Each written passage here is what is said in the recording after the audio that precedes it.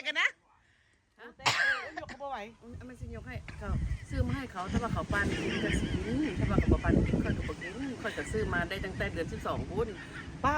ถือโดนค่อยว่ามางามค่อยกับชงไว้ซื้อไว้เนาะตั้งแต่เดือน12มันจนทอดเดือน5ปีหน้าจะกินเอาซะ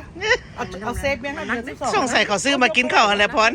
สงสัยเขาซื้อมากินข้าวแล้วบังเอิญเป็นเปิ้ลเต้ดอกบ่จะซื้อว่าสั้นบ่ได้กินดอกตายคือมางามแต่มันมีหลายอย่างก็เลยว่ามาปั่นกินบ่ต้องซื้อปั่นไผ่กินต้องกินมื้อวันที่5กินมื้อนี้แหละนุ่มสบายก็คือกันอีกเอ้ยนัดกันอย่าสู้ว่าอย่าสู้กินค่อยขับรถมาบ้านโอเคคือมาเว้าไฮแต่ไม่ตู้นี่นะ